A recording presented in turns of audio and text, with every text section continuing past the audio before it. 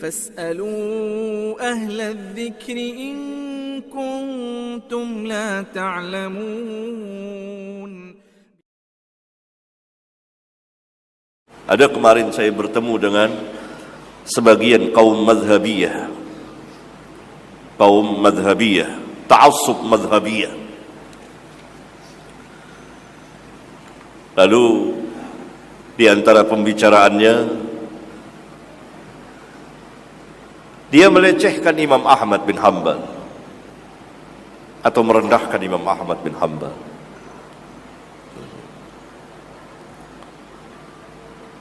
Maka saya tegur, tidak boleh merendahkan seperti itu. Tahukah antum siapa Imam Ahmad itu? Imam Ahlus Sunnah dan seterusnya. Ada yang katakan, iya, masyarakat kita di Indonesia ini kan hanya kenal Syafi'i. Saya jawab, mereka tidak tahu Syafi'i. Kalau mereka kenal Syafi'i, kalau mereka ngikutin Syafi'i, mereka berada dalam sunnah.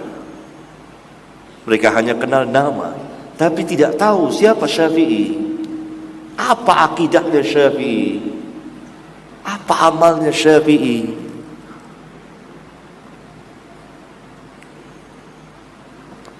Gitu. Lalu saya tanya, antum sudah baca kitab Imam Syafi'i? Belum baca.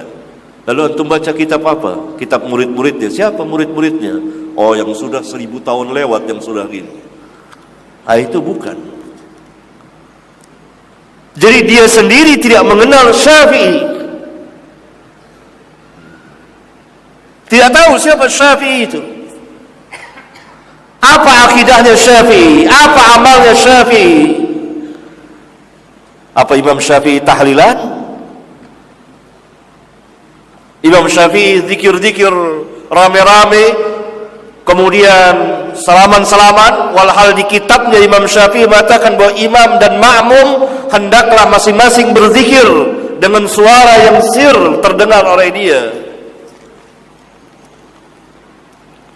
Hanya tidak tahu. Jadi hanya tahu nama. Begitulah. Sama dengan Ahlus Sunnah. Kita Ahlus Sunnah. Tahu nama siapa Ahlus Sunnah itu. Ada yang mengatakan kami akidahnya akidah Imam Abul Hasan Al-Asy'ari. Tahu tidak Imam Abul Hasan Al-Asy'ari apa akidahnya? Pernah baca atau tidak? Demikian juga orang tidak tahu, memberikan cap Wahabi yang sesat, tidak tahu hakikatnya. Siapa Syekh Al-Imam Muhammad bin Abdul Wahhab rahimahullah ta'ala? Apa dakwahnya? Tidak baca, tidak tahu. Sama dengan orang yang ta'assub madhabiyah ini, dia tidak tahu. Iya, memang orang Indonesia Syafi'i, tapi tidak tahu siapa Syafi'i itu, apa akidahnya, apa amalnya,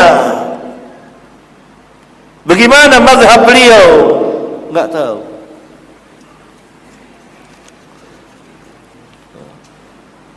Pernah baca kitab Syafi'i? Enggak pernah. Ada. Bingung saya tanya begitu. Bahkan saya pernah ketemu dengan 2 orang intelektual salah satu organisasi besar dan calon kiai.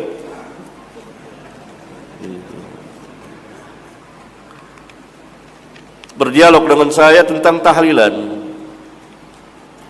Sampai pada ini saya katakan Imam Syafi'i mengharamkan. Dia terkejut.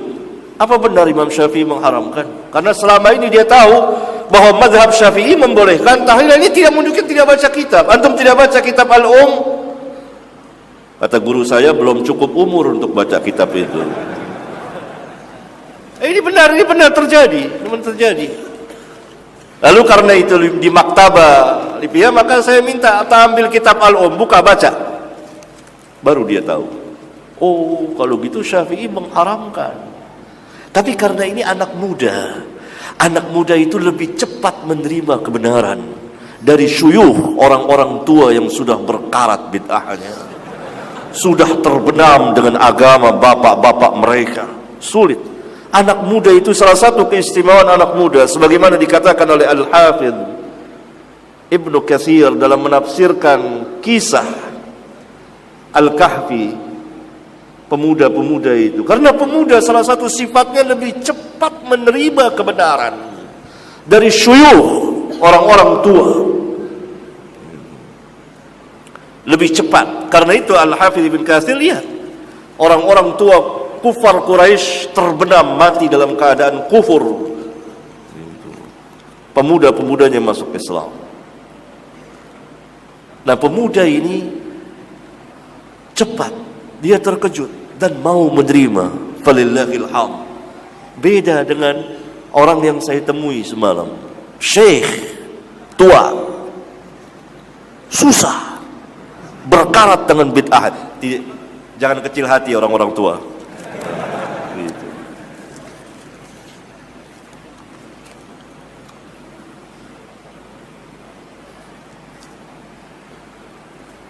Iya. Jadi orang banyak mengenal nama tapi tidak hakikinya, tidak tahu. Karena itu belajar.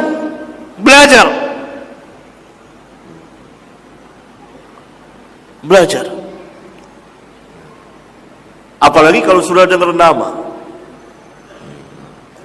sudah tolak dulu. Ini nama, Ibnu Taimiyah. Ini jangan. Dia nggak baca apa isinya.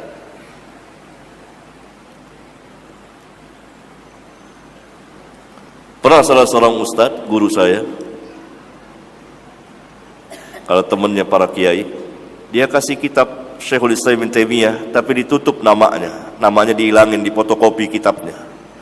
Disuruh bacalah para kiai itu. Bagus nggak nih kitab? Bagus nih, penuh ayat. Selama ini kan membuktikan mereka ini hanya dengar taklid saja dari mulut ke mulut. Ibnu Taimiyah sesat. Tapi tidak baca, dibuktikan waktu itu. Saya diceritakan, dikopikanlah bukunya, baca. Coba baca. Bagus nggak buku ini? Tidak dikasih tahu siapa penulisnya. Baca. Karena mereka para kiai bisa bahasa Arab. Bagaimana? Setelah berapa waktu tanya, bagaimana? Bagus nggak? Bagus. Semuanya ayat Al-Quran, hadis, bagus. Itu dia. Berarti ketika mereka baca dan hatinya belum tidak marah dan memang betul-betul ingin belajar, Allah berikan hidayah bisa. Dan ini hakiki yang sebenarnya. Orang harus duduk dulu. Apa? Jadi orang tuduh ini Salafi, Wahabi, ini sesat. Dia tidak tahu dari mulut ke mulut. Duduk di majelisnya, bersoal jawab. Apa benar seperti itu? Tuduhan, fitnahan dari mulut ke mulut. Dan sanadnya dhaif, sangat lemah. Bahkan sebagian besarnya maudhu. Karena diriwayatkan oleh orang-orang pendusta, pembohong. Bahkan sebagiannya tidak ada asal usulnya, beredar seperti itu. Fitnahan, tuduhan beragam, bermacam tuduhan. Karena mereka nggak tahu.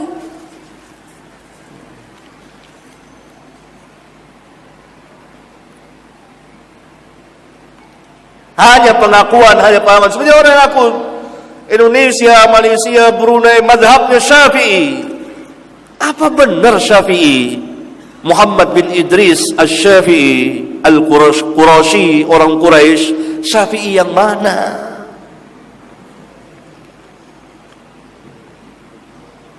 Nggak tahu.